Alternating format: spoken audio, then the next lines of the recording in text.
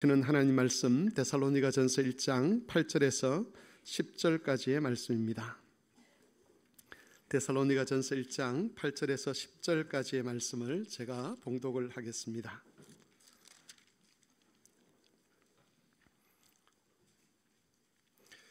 주의 말씀이 너희에게로부터 마게도냐와 아가야에만 들릴 뿐 아니라 하나님을 향하는 너희 믿음의 소문이 각처에 퍼졌으므로 우리는 아무 말도 할 것이 없노라. 그들이 우리에 대하여 스스로 말하기를 우리가 어떻게 너희 가운데 들어갔는지와 너희가 어떻게 우상을 버리고 하나님께로 돌아와서 살아계시고 참되신 하나님을 숨기는지와 또 죽은 자들 가운데서 다시 살리신 그의 아들이 하늘로부터 강림하실 것을 너희가 어떻게 기다리는지를 말하니 이는 장래의 노하심에서 우리를 건지시는 예수시니라. 아멘. 우리는 하나님을 가리켜서 살아계신 하나님이라고 그렇게 고백을 합니다. 하나님이 살아계신다는 것은 사건을 만들어내실 수 있다는 것이지요. 만일 하나님이 죽었다면 더 이상 이 세상 일이나 또는 우리의 삶에 하나님이 개입하실 수가 없을 겁니다. 영향을 끼칠 수가 없게 되고, 그렇게 되면 살아계신 하나님 때문에 일어나는 일은 있을 수가 없는 거죠. 하나님 때문에는 사건이 일어나지 않는다는 겁니다. 하지만 우리 하나님은 살아계신 하나님이시고, 그래서 동시에 일하시는 하나님이시고, 그렇기 때문에 하나님 때문에 일어나는 사건이 이 세상에는 많습니다. 많은 것이 아니라 이 세상에서 일어나는 모든 일이 사실은 하나님이 일으키시는 사건입니다. 물론 이런 사건들 중에 어떤 것들은 하나님께서 왜 이런 일을 일으키시는가에 대해서 우리가 의문을 품을 만한 그런 일들이 있는 것도 사실입니다. 그럼에도 불구하고 성경은 하나님이 이 세상의 주권자이시고 이 세상에 일어나는 일들 중에 하나님의 섭리를 벗어나는 것은 하나도 없다라고 가르칩니다. 다만 지금은 우리가 왜 이런 일이 일어나야 하는가에 대해서 이유를 알 수 없지만 우리보다 지혜와 능력이 크신 하나님께서 자신의 뜻을 위하여, 선한 뜻을 위하여 그 일을 이루신다는 것을 우리는 믿음으로 고백합니다. 분명한 것은 하나님이 살아계시기 때문에 사건이 일어난다는 것이지요. 차원은 다르지만 믿음도 비슷한 원리를 가지고 있습니다.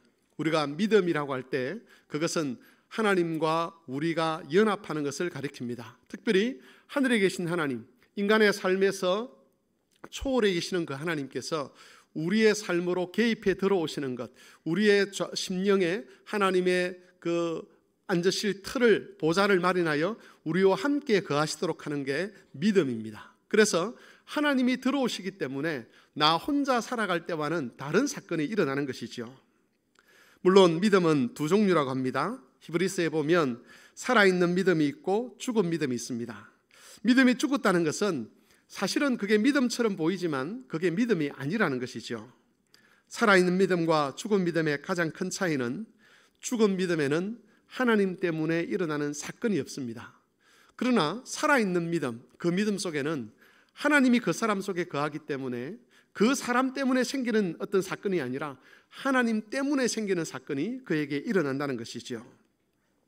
오늘은 본문의 말씀을 중심으로 우리가 참 믿음을 가지고 있을 때 일어나는 사건과 또 그 믿음이 만들어내는 이야기에 관해서 살펴보고자 합니다. 설교 제목이 사건과 이야기로 되어 있는데 믿음의 사건, 믿음의 이야기입니다. 먼저 믿음이 일으키는 사건에 관해서 살펴보겠습니다. 8절에서 바울은 데살로니가 교인들을 칭찬하면서 하나님의 말씀이 그들로부터 마게도냐와 아가야의 지역에 들릴 뿐만 아니라 하나님을 향한 그들의 믿음의 소문이 모든 곳에 퍼졌다라고 그렇게 칭찬을 하고 있습니다. 마게도냐는 지금의 그리스 북부 지역을 가리킵니다. 중요한 도시는 빌립보라는 도시, 그리고 데살로니가라는 도시가 이 북부 지역, 아가야 지역, 마게도냐 지역에 있었습니다. 아가야 지역은 그리스 남부 지역입니다. 대표적인 도시가 우리가 잘 알고 있는 아테네, 그리고 고린도, 이런 지역이 아가야 지역의 대표적인 도시입니다. 그래서 마게도냐와 아가야에 이들에 대한 믿음의 소문이 퍼졌다는 것은 온 그리스 지역에 데살로니가 성도들의 믿음에 관한 소문이 퍼졌다는 것이죠. 여러분, 믿음에 대한 소문이 나기 위해서는 누군가가 데살로니가 교인들의 믿음에 대해서 알아야 합니다. 그런데 우리가 잘 알고 있듯이 믿음이라고 하는 것은 눈에 보이는 것이 아닙니다. 손에 잡히는 것도 아니고 믿음의 길이를 잴 수 있거나 무게를 달 수 있는 것도 아니지요. 그래서 믿음의 소문이 난다는 것은 사실은 믿음 그 자체에 대한 소문이 나는 것은 아닙니다. 왜냐하면 앞에서 말씀드린 것처럼 그건 누가 확인할 수 있는 것도 아니고 진짜 그 사람 안에 있는 게 믿음인지 가짜 믿음인지 그것을 분간할 수도 없는 것이지요. 믿음 그 자체는 아무도 볼 수가 없습니다. 물론 우리는 다른 사람의 고백을 통해서 그 사람의 믿음에 대해서 어느 정도는 짐작할 수는 있습니다. 하지만 말로 하는 고백은 그야말로 말뿐인 경우도 있지 않습니까? 말로서는 신앙 고백을 하는데 실제로는 그렇지 않은 경우들도 얼마든지 있습니다. 하지만 믿음을 눈으로 볼 수 있도록 나타낼 수 있도록 하는 것이 있습니다. 그게 바로 믿음이 일으키는 사건입니다. 데살로니가 교인들의 믿음에 대한 소문이 났다는 것은 믿음 때문에 일어난 사건들에 대한 소문이 났다는 그런 말로 우리가 이해를 해볼 수 있는 거죠. 이 데살로니가 성도들의 안에 있는 믿음이 진짜 얼마나 큰지, 그 믿음의 길이가 얼마나 되는지, 얼마나 신실한지 그것 자체는 알 수가 없는 거죠. 하지만 그 믿음 때문에 일어난 사건들, 그것들을 보면서 저게 저 사람들의 속에 있는 믿음이 나타난 것이구나라고 해가지고 그 사건들에 대한 이야기를 하는 겁니다. 그 사건이라는 것이 개인적인 것일 수도 있고 또는 교회 전체적인 것일 수도 있을 것입니다. 대표적인 예를 하나 들자면 데살로니가 교인들은 믿음 때문에 재산을 강탈당했습니다. 사회적인 비난을 받았습니다. 학대를 받았습니다. 그러면서도 주일이 되면 어김없이 모여서 예배하는 일을 계속했습니다. 이것은 그 주위 사람들의 눈으로 확인할 수 있는 것이죠.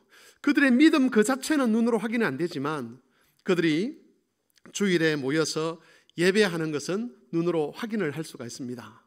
재산을 강탈당하고 사회적인 비난을 받고 학대를 받는 것도 눈으로 확인할 수 있습니다. 그럼에도 불구하고 주일마다 모여서 예배를 한다는 것이죠.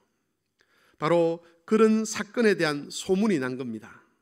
만일 이런 사건들이 한두 가지에 불과했더라면 데살로니가 교인들의 믿음에 대한 소문이 나지 않았을 겁니다.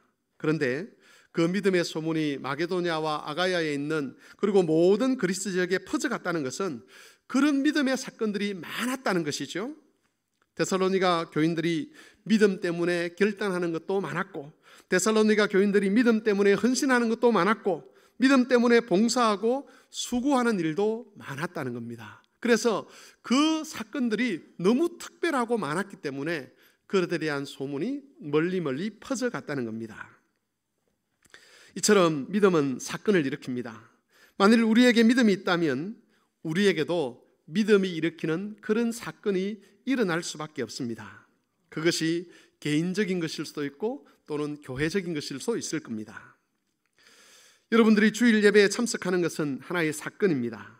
그리고 이 사건은 믿음과 연결이 됩니다.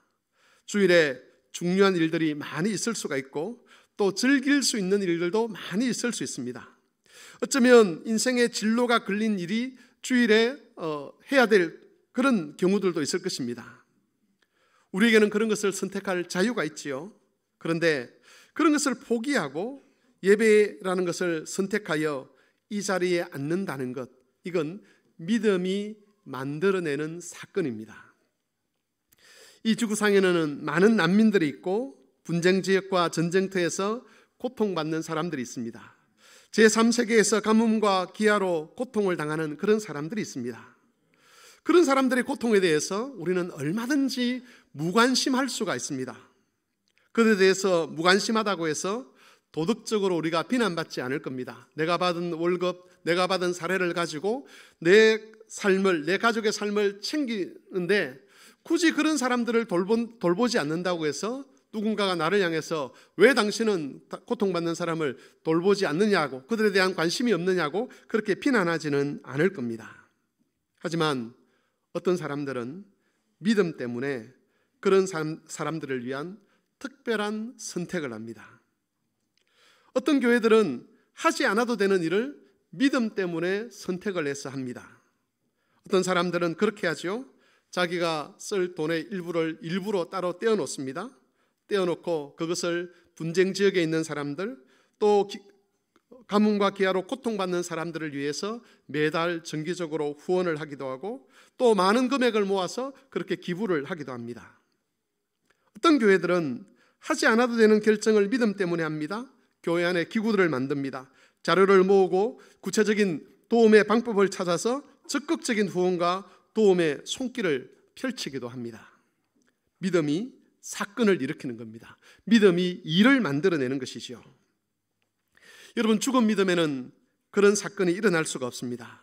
그러나 살아있는 믿음이라면, 특별히 믿음의 주인이신 그리스도와 연합되어 있다면 믿음은 반드시 사건을 일으킵니다.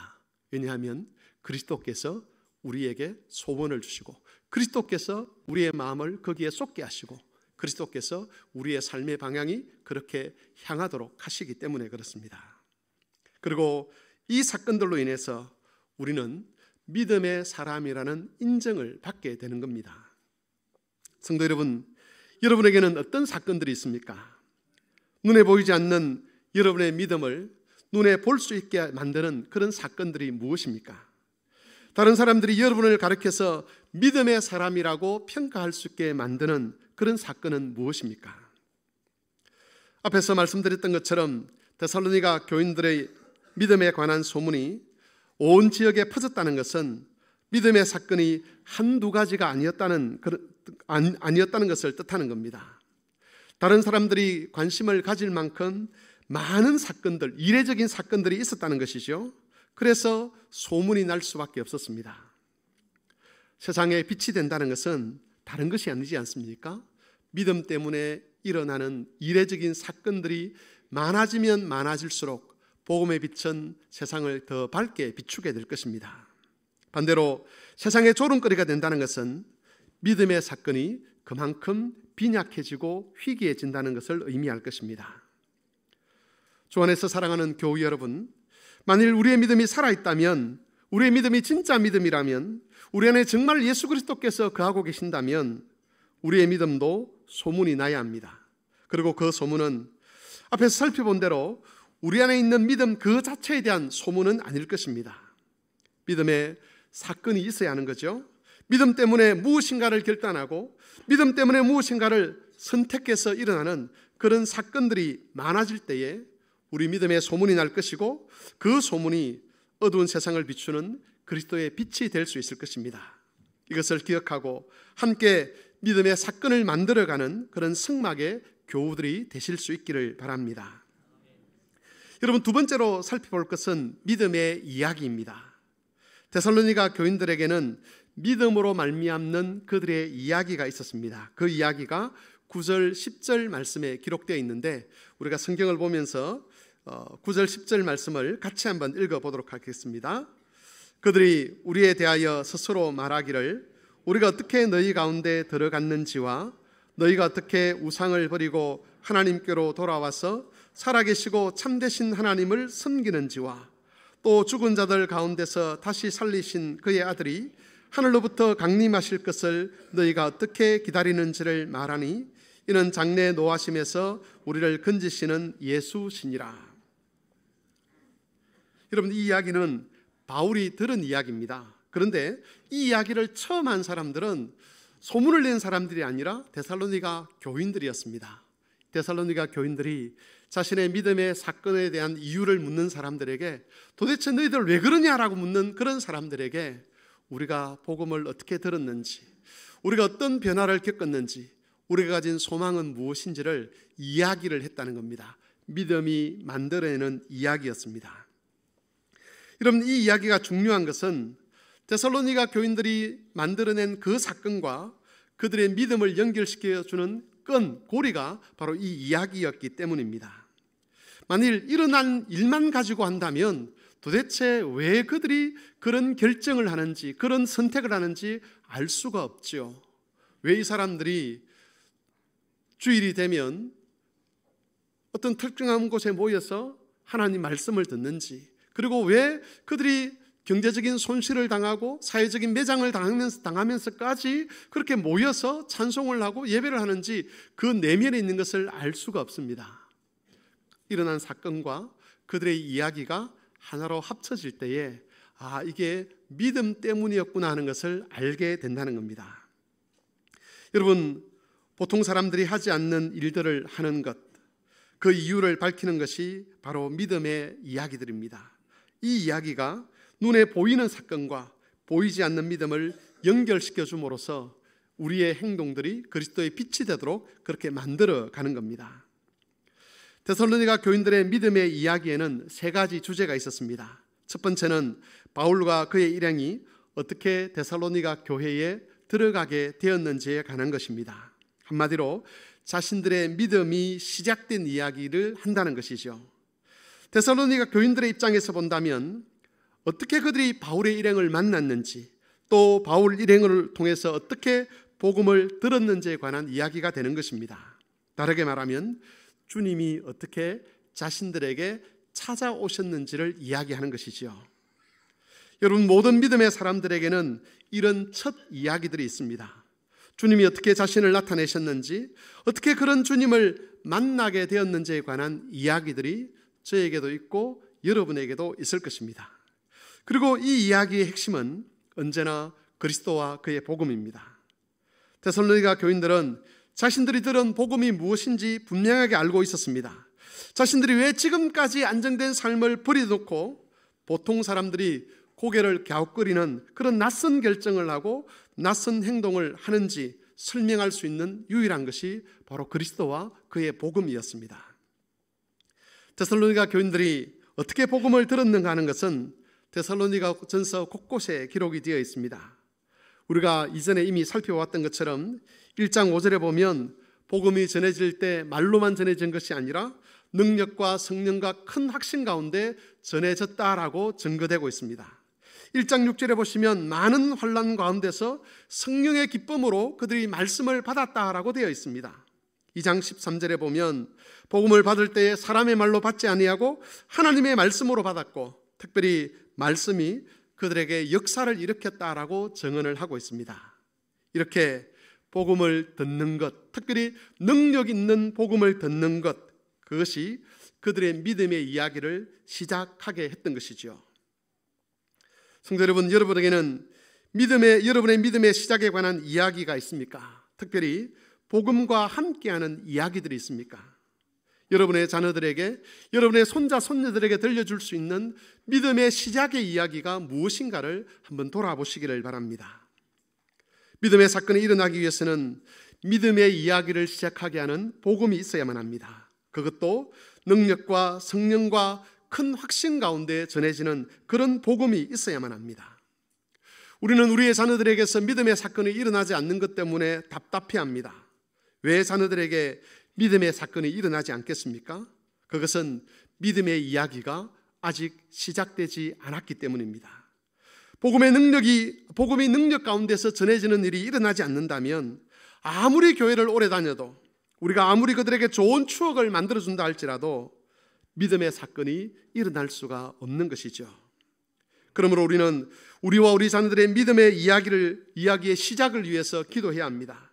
능력과 성령과 큰 확신과 함께 임하는 복음의 말씀을 위해서 기도해야 되는 것이지요. 그 복음의 말씀이 우리와 우리 자녀들에게 역사하여서 믿음의 이야기가 시작될 수 있도록, 아니 그 이야기가 풍성할 수 있도록 도와주시기를 기도해야 합니다. 그것이 복음의 시작의 이야기를 접하는 우리가 하나님 앞에 해야 될 마땅한 일일 것입니다. 데살로니가 교인들의 믿음의 이야기의 두 번째 주제는 그들이 복음을 들은 후에 어떻게 변했는가 하는 겁니다. 9절 후반부를 보시면 그들은 그동안 자신들이 숨기던 우상을 버리고 하나님께로 돌아와서 살아계시고 참되신 하나님을 섬긴 것에 관해서 이야기를 했습니다. 데살로니가 교인들은 이전에 자신들이 우상 숭배자였다는 것을 스스로 밝혔습니다. 그런데 복음을 듣고 예수님을 믿은 다음에는 그 우상을 버리고 하나님께로 돌아와서 살아계시고 참되신 하나님을 섬기는 사람이 되었습니다. 여기 두 가지가 있습니다. 하나는 하나님께로 돌아오는 것이요, 이건 회개를 가리킵니다. 자신들이 지금까지 옳다고 믿었던 것을 악한 것이다, 잘못된 것이라고 규정을 했습니다. 그리고 복음의 가르침을 따라 삶의 방향과 방식을 수정하게 된 것이죠. 회개라는 것은 이런 겁니다. 내가 지금까지 살아온 삶이 잘못되었구나. 하나님 없이 생각하고 하나님 없이 판단하고 하나님 없이 행동하고 하나님 없이 가졌던 모든 마음들이 잘못된 것이구나라고 인정하고 하나님의 뜻을 따라 하나님의 가르침을 따라 살고자 하면서 삶의 방향과 방법을 수정하는 것, 이게 회개의 본질입니다. 여러분, 복음에는 지혜가 담겨 있습니다. 그래서 자기 자신뿐만 아니라 세상을 살피고 평가할 수 있는 능력이 있는데, 특별히 죄를 파악할 수 있는 능력이 있습니다. 여러분, 이 능력은 세상의 학력이 얼마나 되느냐 하는 것과는 상관이 없습니다. 죄를 알고 죄를 깨달을 수 있는 능력, 다시 말해서 회개할 수 있는 능력은 오직 복음에서만 나옵니다. 성경에서는 회개하는 것을 가리켜서 은혜라 그러죠. 은혜 받은 자만이 회개할 수 있다라고 가르칩니다. 회개는 우리를 아주 부정적으로 살피는 그런 어떤 과정들이 아닙니다. 회개는 용서받은 자가 자신의 삶에 대해서 하나님의 눈으로 보았을 때 나타나는, 자신을 보았을 때 나타낼 수 있는 반응이라는 것이죠. 하나님, 내 삶이 이렇게 잘못되었는데 하나님께서 이렇게 바꾸어 주셨군요 라고 하는 것, 그게 회개의 중심입니다. 이런 회개의 능력은 오직 복음을 통해서만 오는 겁니다. 그래서 여러분, 복음을 깨달은 사람, 그런 사람들은 바로 하나님의 그 복음을 깨달은 사람이 바로 이 데살로니가 교인들처럼 자신들이 가던 삶을 중단하고 새로운 삶으로 돌아서게 되는 것입니다. 데살로니가 교인들의 이야기 속에는 이런 복음의 능력에 대한 증언이 담겨 있습니다. 두 번째로 하나님을 섬긴다는 것이 있습니다. 이것은 하나님을 주인으로 모신다는 것이죠. 이제부터는 하나님이 내 주인이시고 내가 하나님의 종입니다, 이런 뜻입니다. 종종 헬라 중에서 둘로스라는 말을 들어보셨을 겁니다. 종이라는 뜻이죠. 하나님을 섬긴다는 것은 종으로서 하나님을 섬긴다는 그런 의미입니다. 사람들은 종이 되는 것을 좋아하지 않습니다. 왜냐하면 종이 된다는 것은 자유를 잃어버리는 것이기 때문에 그렇습니다. 사람들은 자유롭게 살고 싶어 합니다. 누군가가 자기를 간섭하려고 하면 본능적으로 거부감을 갖죠. 왜 젊은 사람들이 군대를 가지 않으려고 합니까? 물론 시간을 낭비하는 것이다, 그렇게 이야기할 수 있지만 군대라는 그곳이 가지고 있는 가장 큰 핵심, 그건 자유가 박탈당하기 때문입니다. 왜 죄지은 사람을 감옥에서 그렇게 징계를 받도록 합니까? 자유가 박탈당하기 때문이지요. 여러분, 사람들은 다른 존재로부터 자유로워지고 싶어 하는데, 특별히 영적인 면에서 볼 때 하나님께 대하여 자유로워지고 싶어 합니다. 아담과 하와가 처음 죄를 지을 때 작용한 것도 하나님으로부터 자유롭게 되고자 하는 마음 때문이었습니다. 저는 그것을 설교 시간에 자주 하나님께 대한 독립선언이라 그렇게 말씀을 드린 적이 있습니다. 근대 이후에 문학과 철학과 사상과 과학과 같은 이런 것들, 사람들이 만들어내는 모든 문화의 근저에 있는 그 정신이 뭐냐? 그건 하나님으로부터 자유로워지는 것입니다. 현대 교육이 왜 우리 자녀들에게 위험하다고 그렇게 이야기합니까? 그건 그런 자유가 정당하다고 가르치기 때문에 그렇습니다. 유치원 때부터 대학을 졸업할 때까지 우리가 배우는, 우리의 자녀들이 배우는 모든 사상과 문화와 모든 가치의 근저에 하나님으로부터 자유로워지는 것, 모든 속박으로부터 자유로워지는 것이 인간성의 기본이라고 가르치고, 그래서 하나님을 배척하는 것이 정당하다고 가르치기 때문에 현대 교육에 대한 두려움을 우리가 갖고 있는 겁니다. 데살로니가 교인들도 그런 사람들이었습니다. 그들도 자유로워지고 싶었던 사람들입니다. 그런데 복음이 그들의 생각을 바꾸었습니다. 그들은 더 이상 하나님을 향하여 자유롭게 되기를 원하지 않았습니다. 하나님의 법에 매이고 싶어 했습니다. 하나님께 매이고 싶어 했습니다. 하나님의 종이 되고 싶어 했습니다. 여러분, 누군가가 다른 사람에게 매이기를 원하고 다른 사람의 종이 되기를 원하고 자신의 뜻이 아니라 다른 사람의 뜻을 따라 살기를 원한다는 것은 결국 무엇을 의미하겠습니까? 그것은 하나님을 사랑하게 되었다는 것이죠. 하나님의 스스로 하나님을 향하여 종이 되기를 원하고 스스로 하나님의 법에 매이기를 원한다는 것은 그가 하나님을 사랑하는 사람이 되었다는 겁니다. 이제는 하나님의 뜻을 따라, 하나님의 가치를 따라, 하나님의 말씀을 따라 살고 싶은 겁니다. 하나님께서 우리를 사랑하셔서 자기의 독생자를 십자가에 아낌없이 내어주셨던 것처럼 자기의 가장 보물이신 천하보다 귀하신 그 하나님의 아들을 우리를 위하여 죽게 내버려 두신 것처럼, 죽음의 자리에 내어주셨던 것처럼 우리도 하나님을 사랑하여 우리의 가장 귀한 것, 우리의 자유마저도 하나님께 내어드릴 수 있는 그런 관계가 되었다는 것이죠. 데살로니가 교인들이 일으켰던 크고 작은 믿음의 사건들은 하나님께 대한 독립을 포기하고 하나님의 종으로 살아감으로 말미암아 맺었던 열매들입니다. 여러분, 우리는 이런 복음의 능력이 우리에게 나타나기를 기도해야 합니다. 우리의 기본적인 본성과 본능까지도 극복하고 회개하는 사람으로, 하나님을 사랑하여 하나님의 종이 되기를 자원하는 사람으로 바꾸어 주시기를 기도해야 합니다. 그리하여 더 이상 우리의 삶이 하나님을 떠나서 우리 욕심과 우리 욕망을 향해 나아가는 삶이 아니라 사랑하는 하나님을 위하여 사는 삶으로 변화될 수 있도록 기도해야 될 것이고, 그런 변화가 만들어내는 삶의 열매들이 사건이 되어서 우리 믿음을 증명하고 세상에 빛을 비추는 것이 되도록 해 가야 하는 것입니다. 세 번째 주제는 그들이 지금 현재 가지고 있는 소망에 관한 것이었습니다. 10절 말씀을 보십시오. 또 죽은 자들 가운데서 다시 살리신 그의 아들이 하늘로부터 강림하실 것을 너희가 어떻게 기다리는지를 말하니 이는 장래에 노하심에서 우리를 건지시는 예수시니라. 데살로니가 교인들의 믿음의 이야기의 절정은 그들이 가지고 있는 소망, 다시 말해서 예수 그리스도의 재림에 관한 것이었습니다. 그들은 부활하셔서 지금 하나님의 보좌 우편에 앉아 계신 그 그리스도께서 다시 오실 것, 재림할 것을 믿었습니다.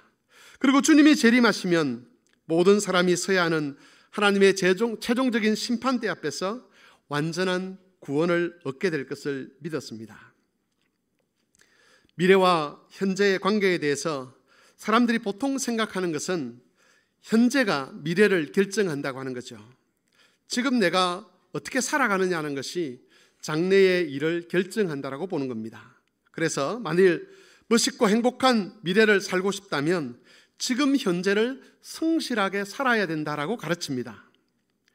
여러분, 이 말은 틀린 말이 아니죠. 지금의 삶을 낭비하는 사람들의 미래는 어두울 수밖에 없습니다. 그런 면에서 우리는 지금 현재의 삶에 신실해야 합니다. 그런데 기독교 신앙에서 미래와 현재를 연결시키는 방법은 이와는 조금 차이가 있습니다. 기독교 신앙에서 미래를 결정하기 위해서 현재를 성실하게 살아야 된다고 하는 말이 맞지 않는 말은 아니지만 이건 본질이 아니라는 거죠. 오히려 이미 한 사건이 결정되어 있다라고 가르칩니다. 이미 한 사건이 약속되어 있다라고 가르치고 그 결정되어 있고 약속되어 있는 그 미래의 한 사건 때문에 현재를 결단하고 현재를 성실히 살아야 된다라고 가르치는 것이 미래와 현재에 관한 기독교적 가르침입니다. 이 미래의 한 사건이 바로 예수 그리스도의 재림입니다. 성도는 그리스도의 재림을 약속받은 사람들입니다. 그리스도께서 재림하실 때 우리는 하나님이 약속하신 부활의 영광을 덧입게 될 겁니다. 모든 죄로부터 자유롭게 될 것이고 죄가 가져오는 모든 고통과 권세로부터도 자유롭게 될 것입니다. 그래서 우리가 미래에 대한 소망을 가지고 있는 것이죠. 여러분, 이것은 우리가 만들어가는 것이 아니라 하나님의 약속입니다. 우리가 열심히 노력하면 그렇게 될 것이라고 말하는 것이 아니라 이미 한 사건을 하나님이 딱 정해놓으셨습니다. 그리고 우리로 하여금 그 약속을 바라보고 살아가게 하시는 것이죠. 우리가 노력하면 이루어지고 우리가 게으르게 되면 취소되는 그런 성격의 약속이 아니라는 겁니다. 약속이라는 것은 우리가 노력하든지 하지 않든지 하나님이 반드시 그것을 이루신다는 것을 의미합니다. 기독교인은 그 약속의 성취를 기다리는 사람입니다. 그리고 그 삶의 초점을 바로 그 약속에 맞추어 살아가는 사람들입니다.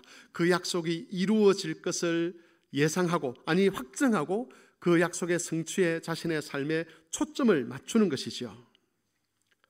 그리스도인들이 만들어내는 믿음의 사건들은 장차 있을 그 한 사건에 자신의 삶에 초점을 맞추고 있기 때문에 일어나는 일들입니다. 만일 삶이 거기에 초점을 맞추고 있지 않다면 믿음의 사건들은 일어날 수가 없는 겁니다. 데살로니가 교인들은 자신들에게 소망이 있다는 것을 이야기했습니다. 그것을 자랑했습니다. 우리는 그 한 사건을 보고 달려간다. 우리는 그 한 사건에 우리 인생을 걸었다. 우리는 그 한 사건에 초점 맞추어 모든 것을 판단하고 모든 것을 결정하고 모든 것을 행한다라고 이야기를 한 겁니다. 그러면서 그들이 일으킨 그 사건들이 바로 그들이 가진 소망을 증명했다는 것이죠. 소망에 관한 그들의 이야기와 그들의 삶에 모순되는 것이 없었습니다. 우리의 소망은 이것이고 이것 때문에 우리가 이렇게 살아간다고 이야기할 때 누가 들어도 누가 보아도 그것을 이해할 수 있었다는 겁니다. 나는 거기에 동의하지 않아 그렇게 말할 수는 있어도 너희들이 살아가는 것을 보니 너희가 무엇을 바라보고 사는지 내가 알겠다라고 인정받았다는 것이지요. 여러분, 데살로니가 교인들이 가졌던 그 소망은 그리스도께서 모든 믿는 사람들에게 주신 소망입니다. 따라서 우리의 현재 모든 생활도 이 소망과 어울리는 것이 되어야 합니다. 우리는 미래가 어떻게 될지 불확실하면서 두려워하며 사는 사람들이 아닙니다. 물론 이 사회 자체가 불안정한 사회죠. 불확실한 사회입니다. 앞으로 어떻게 경제 지표가 바뀔지, 어떻게 남북 관계가 이루어질지, 어떻게 세계 정세가 바뀔지 우리는 알지 못합니다. 내가 가지고 있는 직장이 과연 평생 직장이 될 것인지, 아니면 중간에 다른 직장을 구해야 될 것인지, 내가 살아가고 있는 삶이 끝까지 안전하게 갈 것인지, 아니면 풍지박산이 날 것인지 우리는 알 수는 없습니다. 그러나 분명하게 아는 것 한 가지가 있지 않습니까? 어떤 과정을 지나든지 어떤 경로를 통해서든지 그리스도께서 약속하신 재림이 있을 것이고 그 재림 때에 우리의 모든 고난과 아픔과 수고를 갚아주실 하나님의 영광이 우리를 기다리고 있다는 것이죠. 우리는 바로 그 소망을 향해 살아가는 사람들입니다. 그래서 슬픔 중에서도 기뻐할 수 있고 낙심 중에서도 절망하지 않을 수 있는 것이죠. 그게 데살로니가 교인들이 가지고 있던 소망이었습니다. 성도 여러분, 이런 소망을 우리도 받았지 않습니까? 그렇다면 이제 이 소망이 우리의 삶을 지배할 수 있게 해야 될 것입니다. 이 소망이 우리의 생각도 다스릴 수 있어야 되고 우리의 가치도 다스릴 수 있어야 되고 우리의 삶의 구체적인 방편들도 다스릴 수 있어야 되는 것이죠. 그래서 우리의 소망과 우리가 일으키는 사건이 서로 모순되지 않도록 만들어갈 때 그것이 바로 믿음의 사건이 되어서 세상을 비추는 빛이 될 수 있다는 겁니다. 말씀을 정리하겠습니다. 오늘 우리는 데살로니가 교인들의 믿음의 사건과 그들의 믿음의 이야기에 대해서 살펴보았습니다. 살아있는 믿음에는 사건도 있고 이야기도 있습니다. 하나님이 우리에게 주신 믿음은 이런 사건과 이야기를 만들어낼 수 있는 살아있는 믿음입니다.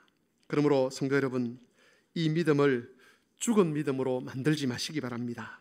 늘 깨어 있으시면서 믿음의 사건과 믿음의 이야기를 더 풍성히 만들어가는 그런 성막의 교우들이 되시기를 바랍니다.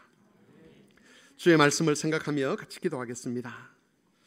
살아있는 믿음은 사건을 만들어내고 이야기를 만들어냅니다.